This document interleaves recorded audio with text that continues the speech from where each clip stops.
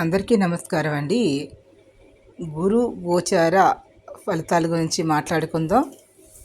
మీరు ముహూర్తాలు అవి చెప్పించుకోవాలనుకున్నట్లయితే అదేవిధంగా వాస్తు కానీ జ్యోతిష్యం కానీ బాజీరావ్ ఆస్ట్రో సెంటర్ కింద చూపిస్తున్నటువంటి ఆ ఫోన్ నెంబర్ కాంటాక్ట్ అవ్వచ్చు మీరు. అదేవిధంగా ఇక్కడ గురు గోచార ఫలితాల్లో మనం ఈరోజు మనం ధనురాశి గురించి ధనువు అనేది ధనురాశి సహజంగానే బృహస్పతి యొక్క స్వక్షేత్రమైనటువంటిది.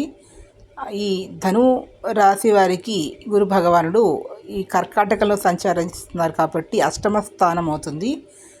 వీరికి అష్టమంలో ఉన్నటువంటి గురుడికి అష్టమ గురు దోషము అంటారు. అష్టమంలో ఉన్నటువంటి గురు భగవాన్ ఆల్ ఆఫ్ సడన్గా అన్ని విషయాలు జరుగుతూ ఉంటాయి.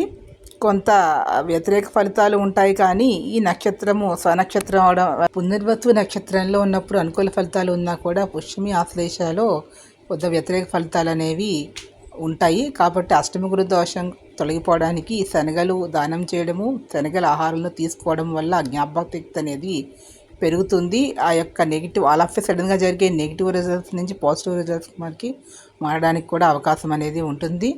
ఈ వీడియో మీకు నచ్చి గురు ధ్యానం చేయండి. ఈ వీడియో మీకు నచ్చింది please subscribe my channel. Thank you to all.